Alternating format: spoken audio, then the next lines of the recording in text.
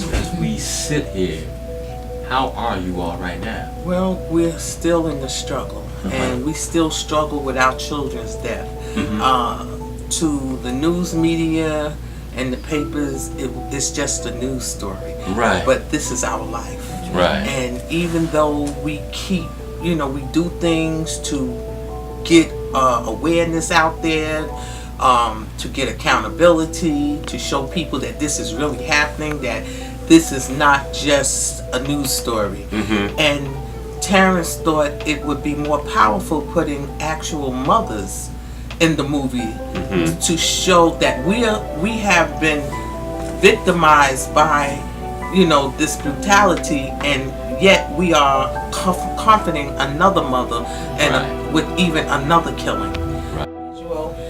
The letter and everything, and read the letter and actually turned the letter into a movie. So whoever this 12-year-old boy that actually wrote this letter, we don't know who it is, but it was actually a 12-year-old boy that wrote a letter to try to address the situation of police brutality. And once Terrence got the letter, he said he took about a month for him to read it out of his email, but once he got it and read it, he was like, wow, he wanted to turn it into a movie.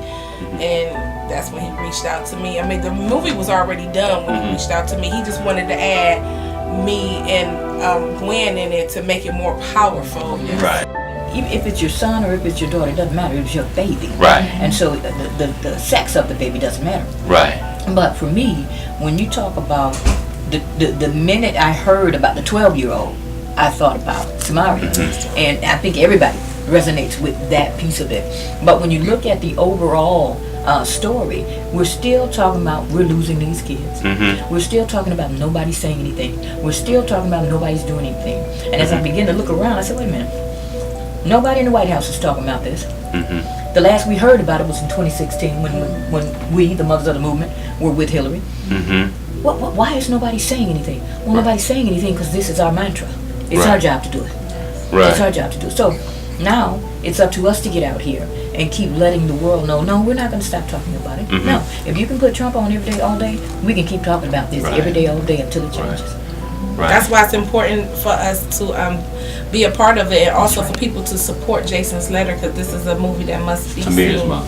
I'm sorry, That's yes. okay. I'm getting to know your voices. I know what Tamira's mom. So yes, it's important that everyone get out and support Jason's Letter, because this is a movie that must be seen, and it can start a great dialogue of open conversation. How do we get this together in America? You know what I'm saying? So yes, absolutely.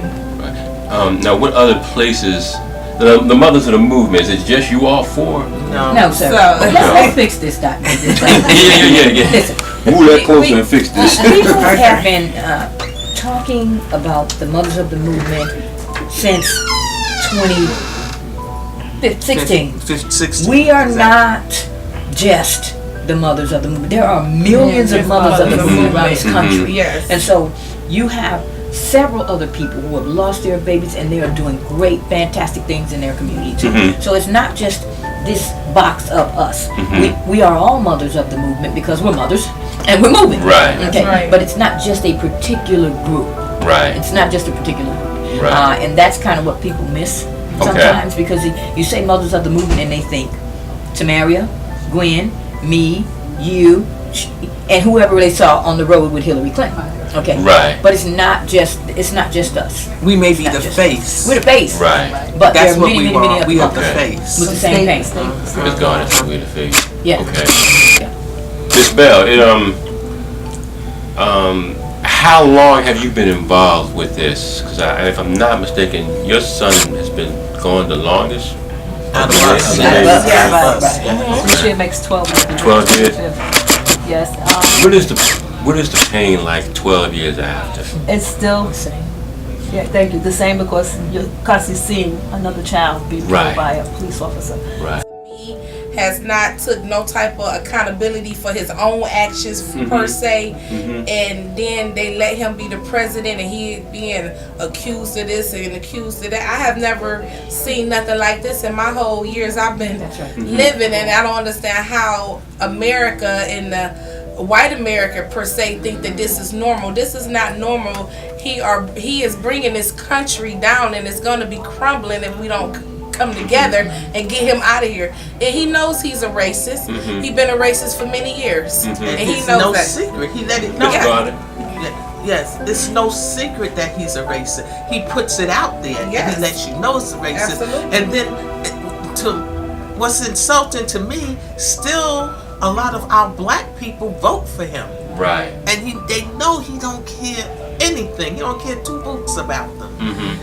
But they says, oh, we need change. What change are we going to get? We're going to go back to 1800s. Right. That change you want? He said he wants to make America great again. How do you think he wants to make America great? Great to him is when it was all the whites was making all the decisions, and we were under their Okay, we gotta get ready. we were under their feet. That's what being great again. That's why I'm always up in their face in Albany, telling them what I want. I don't make phone calls. I like to look you in the face. So when you give me your answer, we're looking eye to eye, and so I can tell you exactly what I think about you.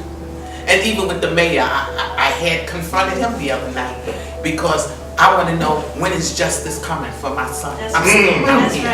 And he gave me an answer, like a rhetoric answer, and I said unacceptable.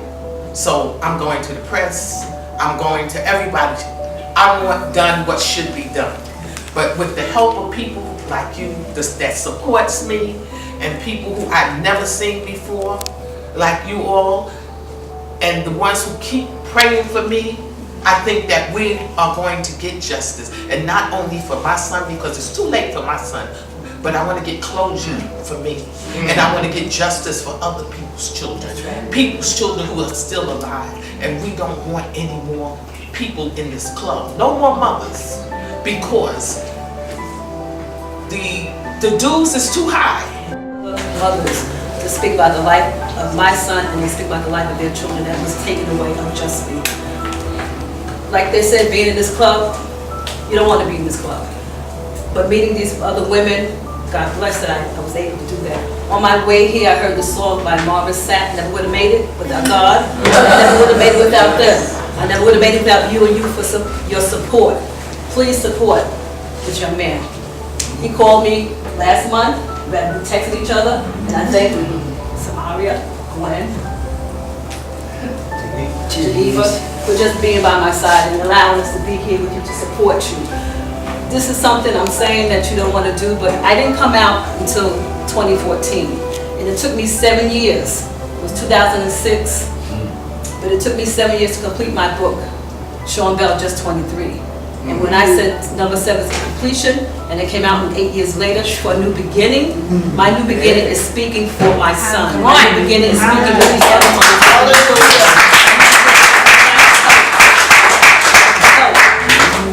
This America to make a change. And by everybody supporting him, that's a big change right there. We pray that we'll continue to make this film and more to come out soon. God bless you and thank you all.